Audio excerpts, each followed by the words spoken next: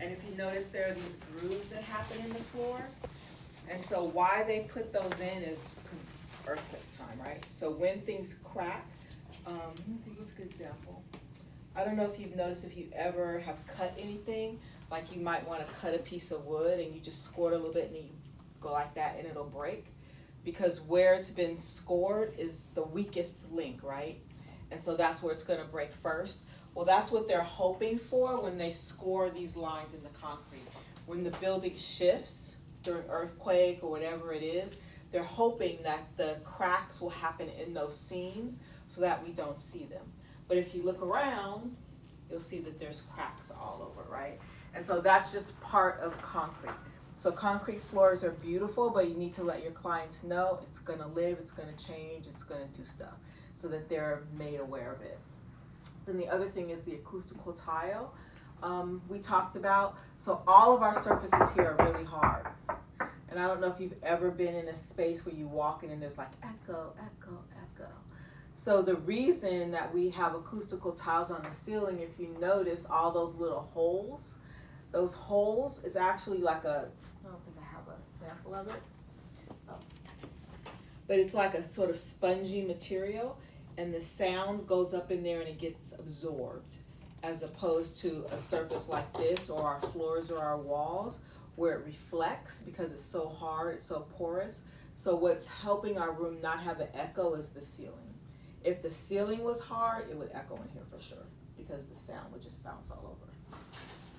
So I think I told you my house had knob and tube. I collect all kinds of stuff for my house. So this is what wires used to look like. And when I first moved into the house, my dad was like, oh, don't change it. They're such thick wires, they're never gonna, whatever. And then they have insulation around them. But I did change them out. But this is what the original knob and tube, like this would be the wire, and then there was a ceramic knob and it would wrap around and just keep going. Wires now are plastic, they're encased in plastic. So that's super old knob and tube. Again, from my house, I give you samples. So this is the lath and plaster. So I'll send it around. So this thing on the back is the lath, and then this is the plaster that gets smushed on. So I show you a lot of the older things because a lot of times the houses that you go into, actually in Walnut, there's a lot of historic neighborhoods. So you'll see a lot of lath and plaster. I'm not sure why it's here. So here is my glass block. And I was looking for it. I saw somebody that reinvented glass block. Glass block has looked like this since the time it has been invented. But there are, I saw some that are more like puzzle pieces. I knew whoever reinvented this is gonna be rich. And you can just like stack them. You don't even have to necessarily mortar them together. Like if you just wanted to have a wall, like maybe you and your roommate want a separation, but you want the light, you could just buy the blocks and it's like Legos. You basically stack them up, but it becomes a big sturdy wall.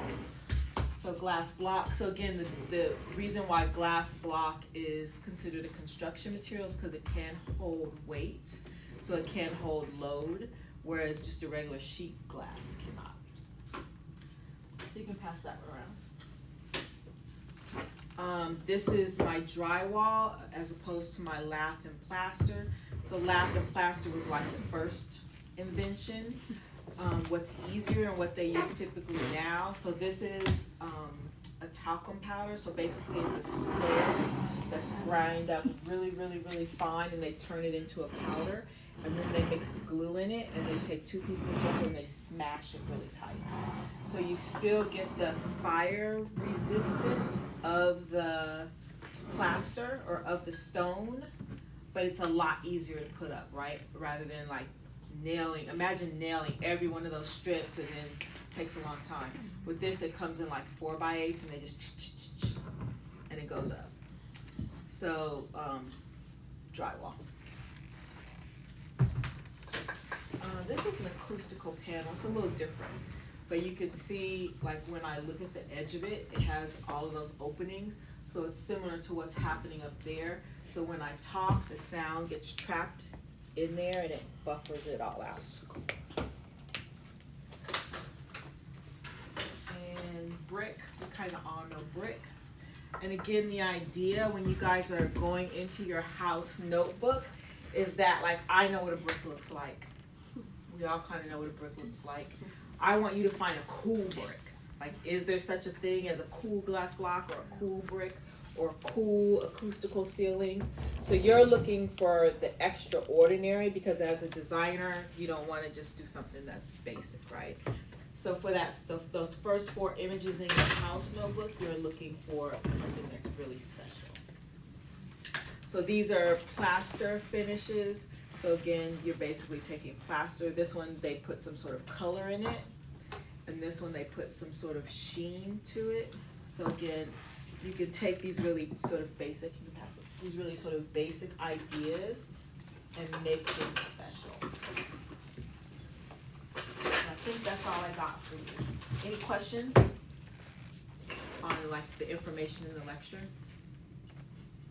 Yeah, the first one's pretty, you've seen it all before, nothing new.